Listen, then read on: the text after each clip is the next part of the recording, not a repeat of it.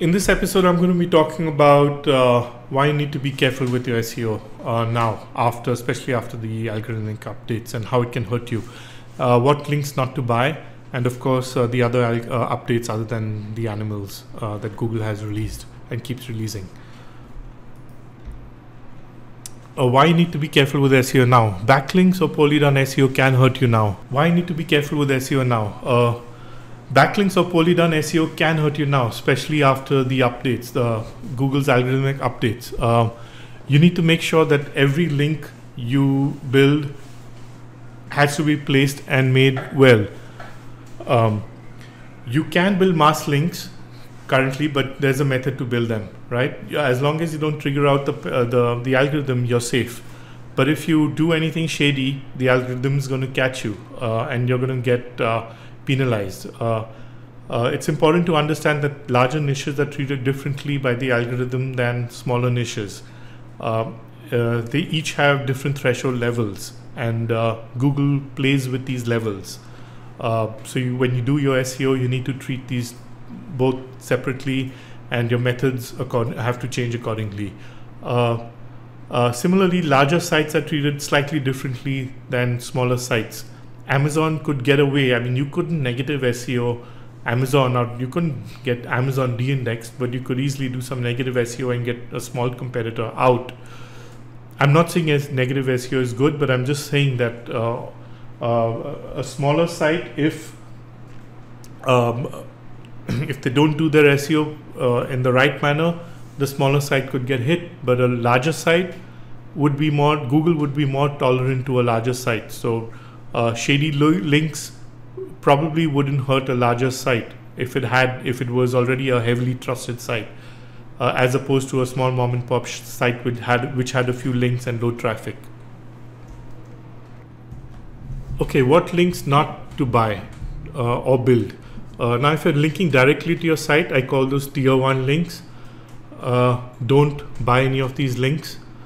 Don't buy directory in mass, okay, in large quantities. Don't do directory submissions. Don't do press releases from the questionable sites, or too many of them. Or press releases work as long as you link to your site with your brand or your URL, your naked URL link, and not your money keyword. And you can't do too many press releases, right? And of course, don't do them on shady sites. So do a press release from a recognized site.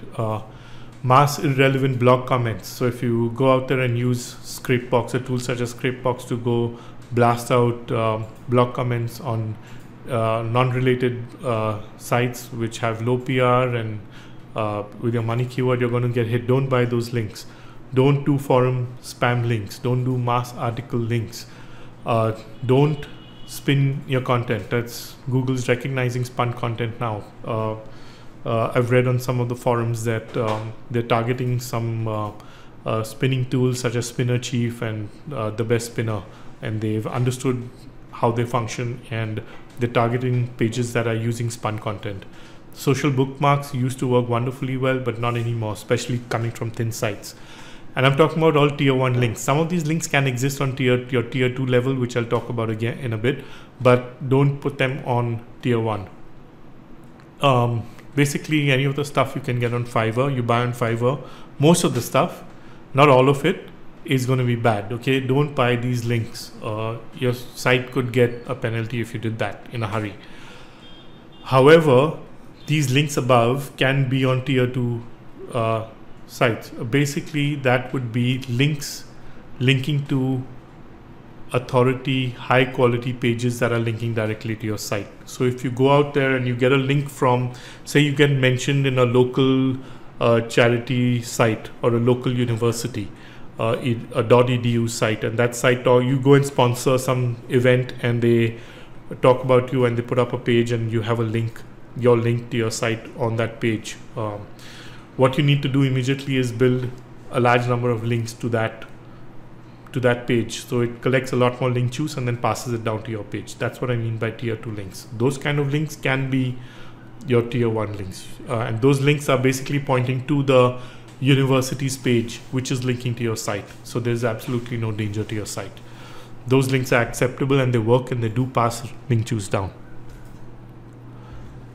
So Google keeps releasing its updates on a regular basis. The EMD update, these are some of the other updates. The exact match domain update, which basically targeted sites that had their money keyword in the domain. So like weddingphotographerchicago.com would be an example.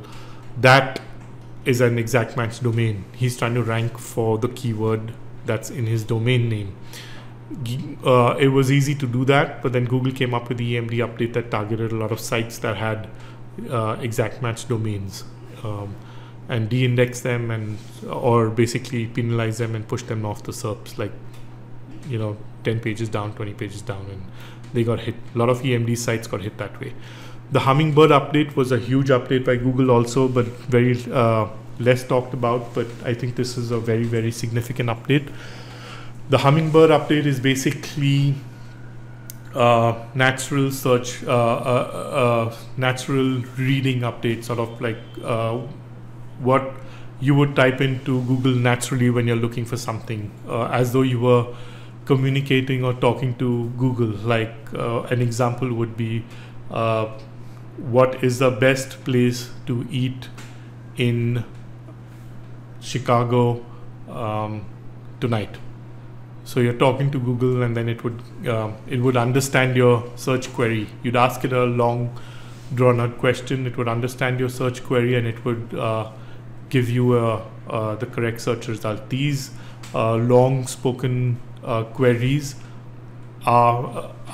exist in high numbers, but Google didn't know how to deal with them earlier. But with the Hummingbird update, they're able to understand these kind of queries and give relevant results. Mobile Armageddon, of course, was a recent Google update, which Google wanted to ensure that all sites are mobile friendly, because the number of devices accessing the internet through mobile platforms have crossed 60% in number. So Google did come up with the Mobile Armageddon update, and if your site isn't mobile friendly, you'd lose a lot of points, and you could face not a penalty, but you could face a large drop in rankings.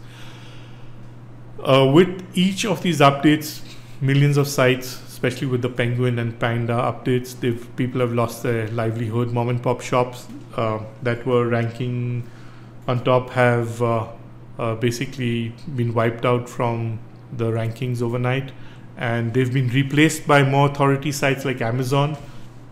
A lot of affiliate sites have lost their rankings, and people have basically lost their livelihood. People who set up these sites and doing SEO and they did provide high value to users, because they were basically telling people, they were directing people to the right product that they were looking for, but because they were engaging in questionable SEO methods, Google deranked them and replaced them with more authority sites in those niches like Wikipedia or Amazon, inner pages of Amazon, and what have you. Okay, so PageRank updates have stopped now for about a year and a half, and we've not seen any update on that. And PageRank data, Google hasn't updated any sort of PageRank of sites. So that tells us either Google is trying to keep that away from us, because that's a huge sort of signal that could tell SEO people what pages are good and what are bad. So they've stopped making it public, or they've just stopped using it at all. We don't know what's happening with the algorithm on that, and there's no real official word from Google on that, except that they've not given us a PageRank update for about a year and a half. Now the SEO community is coming together to fix things and solve the puzzle, and we are sort of finding out how to rank sites once again, though it's not easy because it's a lot of hard work. It's not as easy as it was before. Earlier you could rank sites easily by gaming just a few factors, but now you need to game a ton more factors. But it is possible, and it is a lot of fun, of course, until your site gets hit. So coming up next, I will talk about these new systems that are working now, such as the birth of blog networks and PBNs, which are private blog networks, and how you can go about building your own private blog network and what you need to sort of look at and be careful about.